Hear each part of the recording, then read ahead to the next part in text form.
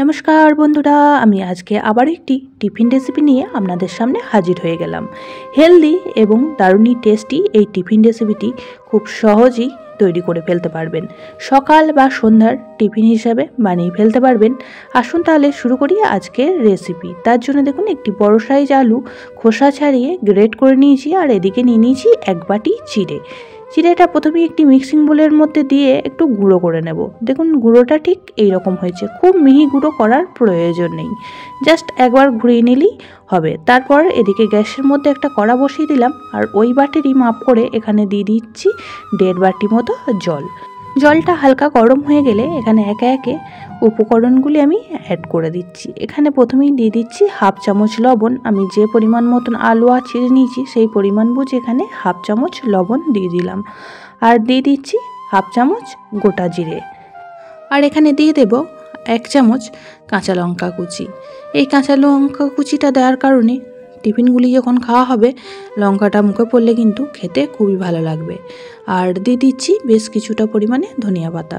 তো আপনাদের কাছে ধনিয়া পাতার পরিমাণটা বেশি থাকলে একটু বেশি পরিমাণে এখানে দিয়ে দিতে পারবেন, খেতে কিন্তু আরও বেশি ভালো লাগবে। আমার কাছে কম পরিমাণেই ছিল, সেটুকুনি আমি আজকে দিয়ে এই টিফিন রেসিপিটি বানাচ্ছি। দেখুন তারপরেই দিয়ে দিচ্ছি এখানে যে গ্রেট করা আলুটা নিয়েছিলাম সেই গ্রেট করা আলুটা। খুব ভালো করে একবার মিশিয়ে নেব সমস্ত উপকরণের সাথে, তারপর ঢাকা দিয়ে এটা 5 মিনিট রান্না করে নেব।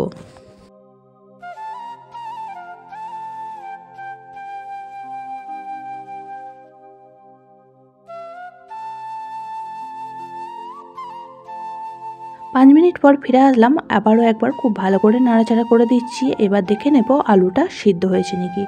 একটা আলু নিয়ে এইভাবে আঙুলে চেপে দেখে নিলাম যে আলুটা সিদ্ধ হয়ে গেছে। এই পর্যায়ে যে গুঁড়ো করে রাখা চিড়েটা এখানে দিয়ে দিচ্ছি।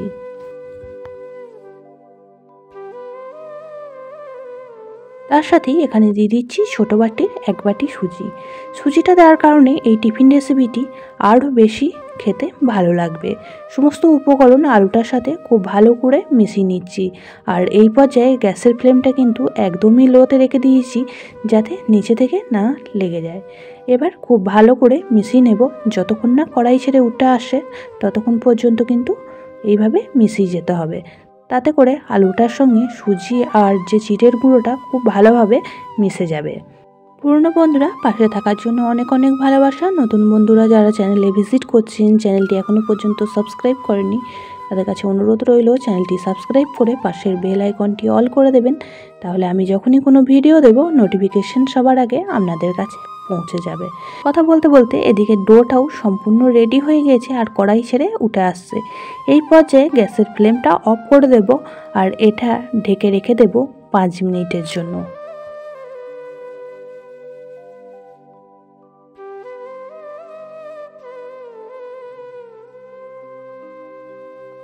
পাঁচ মিনিট পর ফিরে আসলাম, আর ডোটা দেখুন একটি থালার মধ্যে উঠিয়ে নিয়েছি।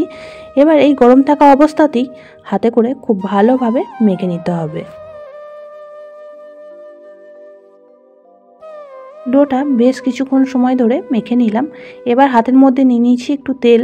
এখান থেকে ডোটা দুটো ভাগে ভাগ করে নিলাম। এবার ছোট ছোট করে যেভাবে লুচির লেচি কাটা হয় সেইভাবেই কিন্তু বানিয়ে নিচ্ছি। আমি কিন্তু আজকে টিফিন রেসিপিগুলি এইভাবেই গোল গোল করে বানাবো। আপনারা আপনাদের পছন্দ মতন যে কোনো শেপে বানিয়ে নিতে পারবেন। এই টিফিন রেসিপিগুলি এতটাই হেলদি আর এতটাই সুস্বাদু খেতে হয়, না বানিয়ে খেলে বুঝতেই পারবেন না যে এর টেস্ট কতটা সুন্দর হয়। আর 1 বাটি চিড়ে আর একটা আলু দিয়ে এতগুলি টিফিন রেসিপি বানানো হয়ে যায়। আপনারা বাড়িতে সকাল বা সন্ধ্যার টিফিন হিসাবেও বানিয়ে ফেলতে পারবেন, বা বাড়িতে কোনো গেস্ট আসলেও কিন্তু এইভাবে বানিয়ে পরিবেশন করতে পারবেন। অফিস বা স্কুল টিফিনেও কিন্তু খুব সহজেই বানিয়ে দিতে পারবেন। ডোটা থেকে সমস্ত লেচিগুলি কেটে নিয়েছি। এবার হাতের মধ্যে খুব ভালো করে তেল লাগিয়ে নিয়ে এগুলো গোল গোল শেপ করে বানিয়ে নেব। দেখুন ঠিক এইভাবে বানিয়ে নিয়েছি, আর এইভাবে সমস্তগুলি বানিয়ে নেব। দেখতেও কতটা সুন্দর লাগছে। সমস্ত টিফিন বলগুলি বানানো হয়ে গিয়েছে। এবার দেখুন এখানে একটা নিয়ে নেব জালি থালা, আর জালি থালার মধ্যে এবার এই বলগুলি দিয়ে দিচ্ছি।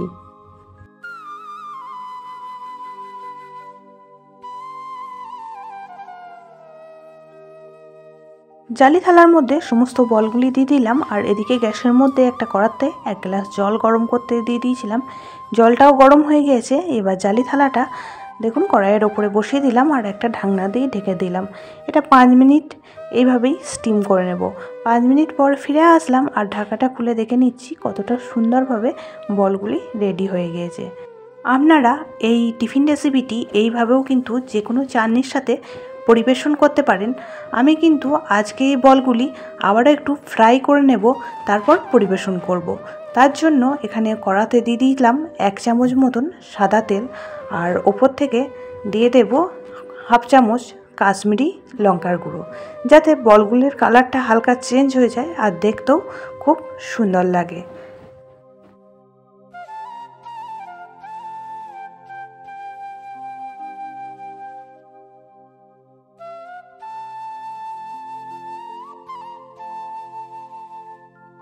সমস্ত বলগুলি দিয়ে দিলাম। এবার খুব ভালো করে নাড়াচাড়া করে মিশিয়ে নিচ্ছি। দেখুন কাশ্মীরি লঙ্কা গুঁড়োটা দেওয়ার কারণে বলগুলি কতটা সুন্দর দেখতে লাগছে। এই পর্যায়ে আমি কিছুটা পরিমাণ কারি পাতা দিয়ে দিচ্ছি আর কারি পাতাগুলি আমি একদমই ছোট ছোট করে টুকরো করে নিয়েছিলাম, সেই কুচনো কারি পাতাটাই এখানে দিয়ে দিলাম। আপনারা চাইলে কিন্তু কারি পাতাটা স্কিপ করতে পারেন, আমার ভালো লাগে বলে আমি এই পর্যায়ে কারি পাতাটা অ্যাড করলাম। আবারও খুব ভালো করে মিশিয়ে নিচ্ছি। এইভাবেই কিন্তু বলগুলি দেওয়ার পর 1 থেকে 1.5 মিনিট ফ্রাই করলেই কিন্তু খুব সুন্দরভাবে বলগুলি রেডি হয়ে যাবে। সমস্ত বলগুলি খুব সুন্দরভাবে ফ্রাই হয়ে গিয়েছে।